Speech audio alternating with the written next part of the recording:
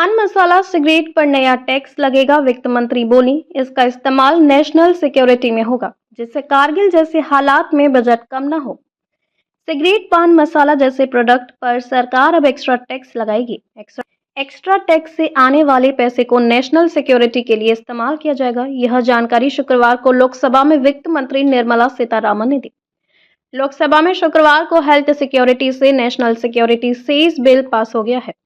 इस बिल के पास होने के बाद पान मसाला जैसी चीजें महंगी हो जाएंगी। बिल पर चर्चा के दौरान वित्त मंत्री निर्मला सीतारामन ने कहा कि वित्त मंत्री ने बिल पेश करते हुए कहा कि सेस किसी भी आवश्यक वस्तु पर नहीं, बल्कि स्वास्थ्य को नुकसान पहुंचाने वाली हानिकारक वस्तुओं पर लगाया जाएगा। उन्होंने कहा, विधेयक का उद्देश्य यह सुनिश्चित करना है कि आम नागरिकों पर बोझ डाले बिना राष्ट्र की सुरक्षा के लिए जरूरी चीजों के लिए फंड मिले।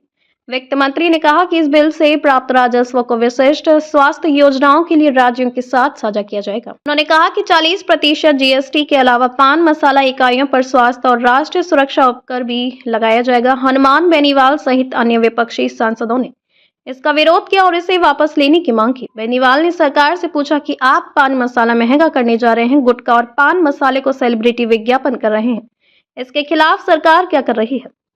कांग्रेस के सांसद शशिकांत सिंथेल ने कहा कि इसे समझना मुश्किल है, ऐसे क्लॉज पीएमएलए में देखने को मिलते थे।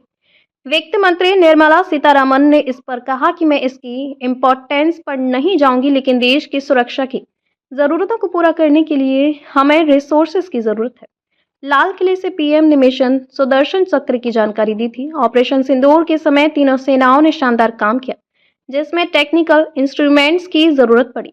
यह मॉडर्न वॉरफेयर और इसके लिए हमें सेस लगाने की जरूरत है। ये पूरा फंड देश के लोगों की सुरक्षा में ही खर्च होगा। हम ये सेस केवल डिमेरिट गुड्स पर ही लगा रहे हैं, इनमें इनकम टैक्स और जीएसटी में छूट को बढ़ावा। वित्त मंत्री ने प्रोडक्ट महंगे करने को लेकर कहा कि हमारी सरकार ने इनकम टैक्स में छूट दी। जीएसटी काउंसिल का भी धन्यवाद करती हूं कि उन्होंने हमारी सिफारिशों का माना। हमारी सरकार यह सुनिश्चित करना चाहती है कि ऐसे प्रोडक्ट सस्ते ना हो